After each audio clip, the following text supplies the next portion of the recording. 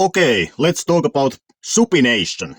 Supination being this arm wrestling strength, this being all the hand strengths in arm wrestling, the 9 hand strengths in arm wrestling. So in this video, we are just gonna talk about this, supination, alright? So, I'm gonna tell you in this video why I don't train supination, which doesn't mean you shouldn't train it, just why I don't train it. Alright, so first of all, supination being this, you have palm up. When the palm is down, it's pronation, and this is the supinator muscle, alright? Here, you can see that these are the supinator muscles, meaning that the bicep is the other supination muscle, and the supinator there is the second supinator muscle. And the supinator muscle is like it does not have any other function than the supination. Bicep has kinda 3 functions if you wanna be precise. It has the elbow flexion, it has the supination, and it's because it crosses the shoulder joint, it also brings your arm forward, like a little bit. It helps in that too. So the bicep could be said to have 3 functions. But one of them is the supination, so in this we are just gonna consider it the second supinator. So 2 supinator muscles, bicep and this supinator there.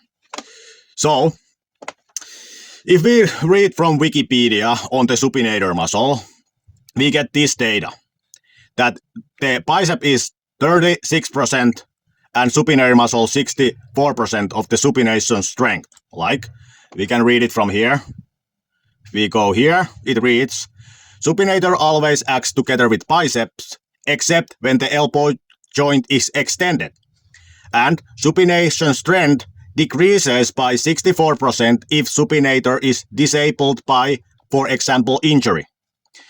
And like I have a little bit issue with this statement here, because the word injury, because let's consider it. Let's think about that somebody shots a bullet to your glute muscle, this ass muscle, gluteus maximus. Do you think that your squatting strength would decrease from that just the amount what the glute contributes to it? No, you would think that your nervous system deactivates all of the squatting muscles because of the pain in the glute muscle, you know? Your nervous system tries to protect the glute muscle because it is injured by not allowing the other muscles that are involved in the squatting to fire that hard. And therefore, if you injure the glute muscle, your squatting strength might decrease 90%, which then doesn't mean that the glute is 90% of the squatting strength, alright? And therefore, I'm skeptical about the 64%, alright?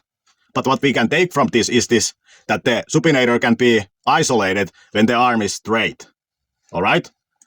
So, skeptical about this, and therefore I pulled this data from this source, alright? You can go look this up, and in this it reads this. We found that the biceps and supinator are both active supinators. The biceps generating 4 times more torque with the forearm in a pronated position. So, from that source, we get this ratio.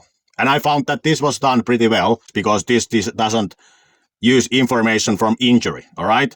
So from that source, the ratios are actually 80 to 20, meaning that the supinator is only 20% of the supinator strength, bicep being 80%, alright?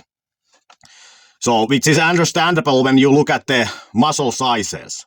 Like, look at how small the supinator is compared to the bicep, you know? And usually people have already trained their bicep, so it could be that this is even more in the favor of the bicep, alright? So that is why I don't train supination, because if you would want to train it without keeping your hand fully extended, you are also training the bicep.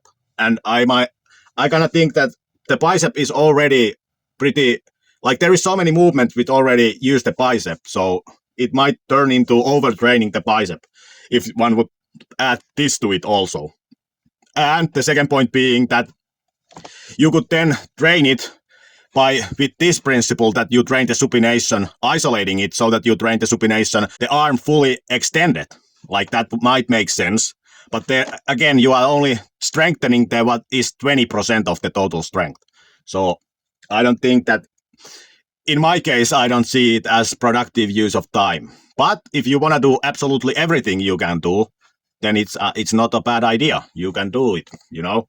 And there is the two possibilities with it, that you train it with the elbow in a 90-degree flexion, in which case you are training the bicep and supinator together, or you train it arm fully extended, in which case you get to isolate the supinator and you are not taxing the bicep.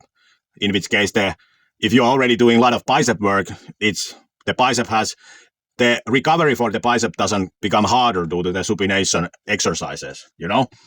So just a short video. People were asking about the supination thing, and this is my reasoning why I don't train it. Not saying then. No, I'm not saying you shouldn't train it. This is just why I don't train it, because I don't see it as productive use of time. You know, I just rather focus on getting the bicep as strong as possible by training elbow flexion, you know. So from that, then this should also get stronger. Now you are strengthening the body's 80%. All right? But not saying it's a totally bad idea. If you have a lot of time and energy to put into every exercise, then sure you can train the supination also. All right? That's all. Bye.